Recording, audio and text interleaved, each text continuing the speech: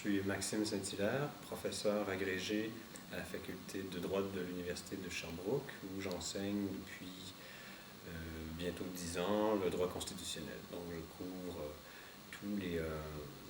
tous les sous-domaines, j'ai envie de dire, du droit constitutionnel canadien, le fédéralisme, les droits fondamentaux, la modification constitutionnelle et aussi, j'enseigne aussi les droits des peuples autochtones qui chez nous sont constitutionnalisés. Alors j'ai fait toutes mes études à l'Université Laval, j'ai fait une thèse en co-direction avec l'Université de Cergy-Pontoise. Pendant déjà mes études doctorales, je suis venu souvent en Europe, en France, en Allemagne, au Centre Marc Bloch. J'ai fait un stage auprès de la Commission de Venise à Strasbourg pendant 6 mois. Et aussi, depuis que je suis professeur, je viens régulièrement en Europe pour mes travaux. J'ai beaucoup de collaboration avec des collègues européens. Avant de commencer comme professeur, j'ai été auxiliaire juridique, law clerk en anglais, à la Cour suprême du Canada, qui a été aussi une expérience fort enrichissante et qui continue de m'être beaucoup très utile en fait, dans mes travaux. Et ici, comme professeur, comme enseignant, j'enseigne le droit constitutionnel canadien. Mes travaux de recherche portent en partie sur ce droit, mais largement sur le droit constitutionnel comparé et la théorie, la philosophie du droit, l'épistémologie juridique. Alors actuellement, je profite de mon année sabbatique, en fait c'est un peu la vieille expression, on parle maintenant d'un dégrèvement enseignement à des fins de recherche, pour justement travailler sur ce que j'évoquais plus tôt, un projet de recherche de droit constitutionnel comparé, mais qui est sur ce que j'appelle les standards mondiaux. Donc c'est un peu une suite du stage que j'avais fait à la Commission de Venise qui a eu une influence déterminante sur mon approche du droit constitutionnel. Donc l'idée qu'on puisse parfois dégager de la comparaison des droits constitutionnels, des standards, c'est-à-dire des pratiques qu'on puisse désigner comme comptant parmi les meilleures.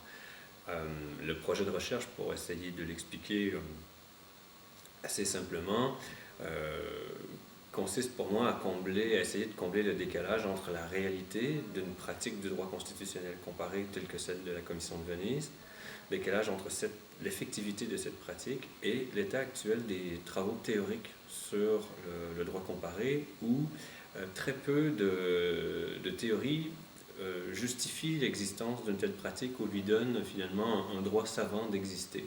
Donc on a une pratique qui est en général très appréciée, estimée des constitutionnalistes, mais en même temps, c'est comme si la théorie du droit constitutionnel comparé ne lui donnait pas de caution intellectuelle savante.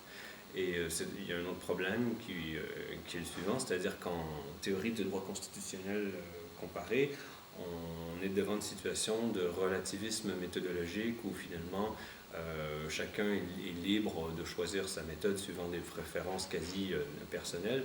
Donc la confrontation de la théorie et la pratique me permet aussi d'aborder la question du relativisme méthodologique. Donc c'est finalement une tentative de concilier ou de confronter la théorie et la pratique. Je crois que l'idée forte qui est sous-jacente à celle de standards mondiaux du droit, et non seulement constitutionnels, c'est l'idée, en fait, très ancienne, mais qui a été mise entre parenthèses pendant des siècles, qui est celle du droit comme raison, comme pratique institutionnalisée de la raison normative. C'est-à-dire qu'à l'heure actuelle, l'idée générale qu'on se fait du droit est celle d'un instrument qui est mis au service d'une volonté politique souveraine.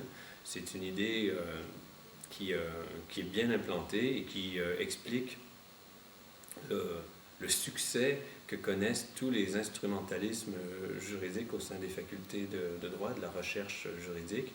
Or, il existe une conception de droit que les common lawyers, donc les juristes britanniques de l'époque classique, je pense entre autres à Edward Cook, célèbre juriste tournant du XVIIe siècle, l'idée de droit comme raison artificielle, c'est-à-dire le droit n'est pas une science théorique, bien sûr, c'est pas une science des faits, à l'époque il n'était jamais question de ça.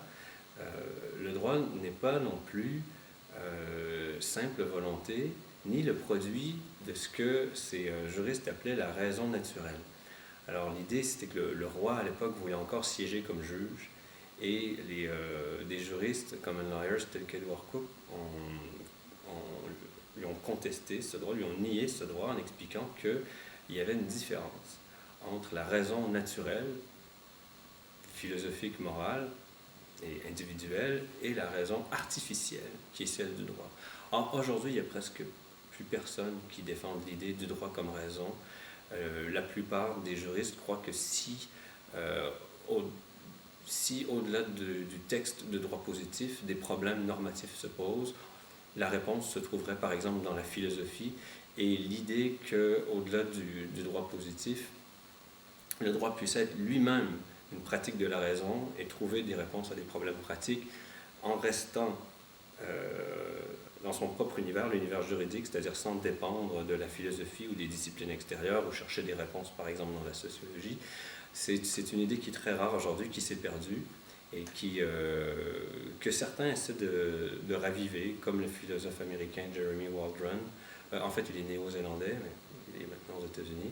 Donc l'idée force, je crois, c'est celle de droit comme raison. Donc je l'ai défendue lors d'un premier débat dans cette salle ici, quand je suis arrivé, lorsque j'ai présenté mon projet sur les standards. Et lors du débat avec Benoît Friedman d'hier, ça a été, je pense, quand même le fil conducteur de mon intervention. J'ai tout aimé, en fait, à Louvain-la-Neuve, même la pluie. Je m'attendais à ce que ce soit très bien sur le plan universitaire, intellectuel. J'étais un peu au courant aussi des conditions de mon accueil, mais ça a dépassé mes attentes. D'ailleurs, même la ville de Louvain-la-Neuve, je n'avais pas d'attente. Je me disais, bon, une ville construite de toutes pièces, moderne, ville planifiée, les exemples que j'en connaissais n'étaient pas très convaincants. Or, j'ai adoré la ville tellement que j'ai apporté le livre avec moi. Je suis en train de lire 30 ans d'histoire de Louvain-la-Neuve, et puis je m'amuse à un peu embêter mes collègues ici en leur racontant l'histoire de leur propre université et ville. Ça m'amuse beaucoup. Mais j'ai trouvé, blague à part, la qualité de vie de cet environnement où il n'y a presque pas de voitures. Louvain-la-Neuve se voulait une ville de rencontre, mais en fait de croiser comme ça les étudiants. J'ai trouvé ça très vivant. On a réussi à reproduire une ville un peu sur le modèle des villes universitaires médiévales, mais avec une facture moderne. J'ai adoré l'environnement. Le programme, c'est exceptionnel. J'ai commencé d'ailleurs à le recommander chaleureusement à des collègues un peu partout dans le monde. Les conditions sont excellentes. Il n'y a pas grand-chose qui m'ait déplu. Alors vous m'avez demandé ce qui m'a choqué. Alors il n'y a rien qui m'a choqué de manière négative, mais ce qui m'a surpris le plus, et finalement c'était peut-être tout à fait prévisible, c'est que les étudiants ici sont pareils que chez nous. Si on fait une mauvaise blague, ils ne rient pas davantage. Si on se force pour en faire une pas mal, bon, ils peuvent rire. Mais ça me fait réfléchir aussi à mon enseignement. J'aime bien l'idée finalement que les étudiants en droit sont les mêmes partout.